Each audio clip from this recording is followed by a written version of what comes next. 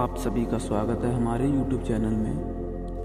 रामायण बालकांड में आप सभी लोग जानेंगे माता गंगा के जन्म की कथा के बारे में। ऋषि विश्वामित्र ने आगे कहा, बहुत दिनों तक अपने पुत्रों की सूचना नहीं मिलने पर महाराज सगर ने अपने तेजस्वी पौत्र अंशुमान को अपने पुत्रों तथा घोड़े का पता लगाने के लिए आदेश दिया। वीर अंशुमान शस्त्रों से सज्जित होकर अपने चाचाओं के द्वारा बनाए गए मार्ग में पाताल की ओर चल पड़ा। मार्ग में मिलने वाले पूजनीय ऋषि मुनियों को यथोचित सम्मान करने पर अपने लक्ष्य के विषय में पूछता हुआ उस स्थान तक पहुंच गया जहां पर उसके चाचाओं के भस्मभूत शरीर की राख पड़ी थी और पास ही यज्ञ का घोड़ा चल रहा था। अपने चाचाओं की भस्मभूत शरीर को देखकर उससे अत्यंत क्षोभ हुआ। उसने उनका तर्पण करने के लिए जलाशय की खोज की, किंतु उसे कोई भी जलाशय दृष्टिगत नहीं हुआ।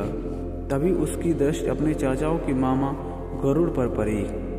उन्हें सदर प्रणाम करके अंशुमान ने पूछा कि हे पितामह, मैं अपने चाचाओं का तर्पण करने चाहता हूँ।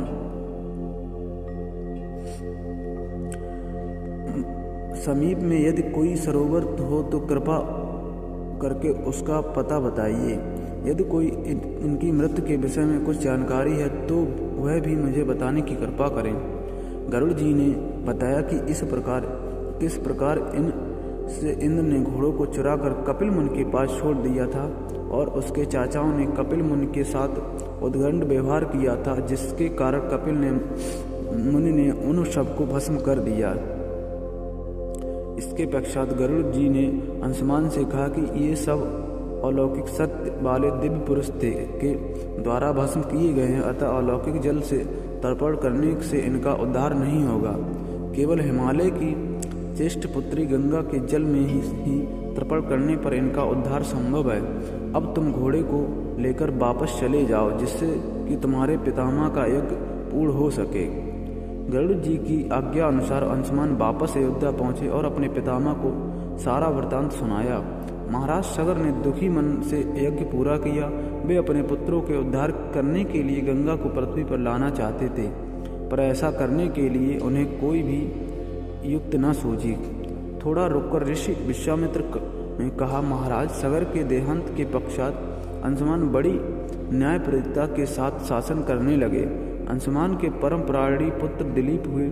दिलीप के व्यवसाय हो जाने पर अंशुमान दिलीप को राज्य का भार सौंपकर हिमालय की कंदराओं में जाकर गंगा को प्रसन्न करने के लिए तपस्या करने लगे, किंतु उन्हें सफलता नहीं प्राप्त हो पाई और वे स्वर्ग सिधार गए।